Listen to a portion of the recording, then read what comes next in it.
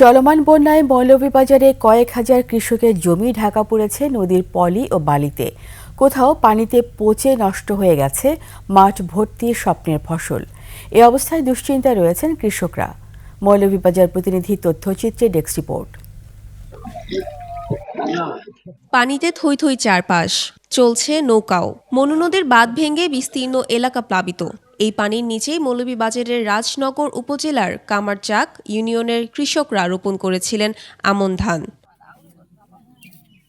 একই সাথে জেলার কমলগঞ্জ, রাজনগর, মৌলভীবাজার সদর ও জুড়ি উপজেলার ক্ষেতে পানি উঠলে রোপা আমনের প্রায় 15,000 হেক্টর জমির ধান পুরোপুরি নষ্ট হয়ে যায়। পানি নেমে গেলেও ক্ষেতে বালি জমে যাওয়ায় টমেটো সহ নষ্ট হয় বিভিন্ন সবজি ক্ষেত। ফ্লাড আসে, আমাদের জায়গাগুলো সব বালুতে ভরিয়া নিয়ে গেল। এখন আমরা কিছু করার নাই, নিরুপায়। আমরা এখন গরিব, আমরা কি করি? সব বালুয়ে গড়ি লাইছে। এখন আমার বাচ্চা খাইতে লইয়া কি খাইতাম, আমার তো খাওয়ার আর কোনো ব্যবস্থা নাই। এছাড়াও পানিতে ভেসে যায় অনেকগুলো ফিশারি ও পুকুরের মাছ। 250-টিরও বেশি ডিজাইন অপশন নিয়ে ওয়ালটন স্মার্ট ফ্রিজ, বোঝে আপনার প্রয়োজন।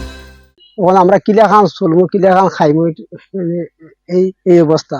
ধান বান সবকিছু শেষ, এখানে কিচ্ছু নাই।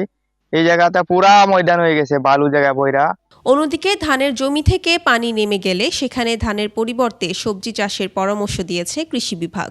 এই ক্ষতিকে পুষিয়ে নেওয়ার জন্য কৃষক ভাইদেরকে 22 ও 23 জাতের ধান বীজ সরবরাহ এবং আগাম শীতকালীন সবজির বীজ কৃষকদের মধ্যে বিতরণের উদ্যোগ গ্রহণ করছে। এই অবস্থায় আমন মৌসুমের কয়েক মাস চাল কিনে খেতে হবে বলে চিন্তিত কৃষকরা। Mahiya Rahman, desk report, 21 television.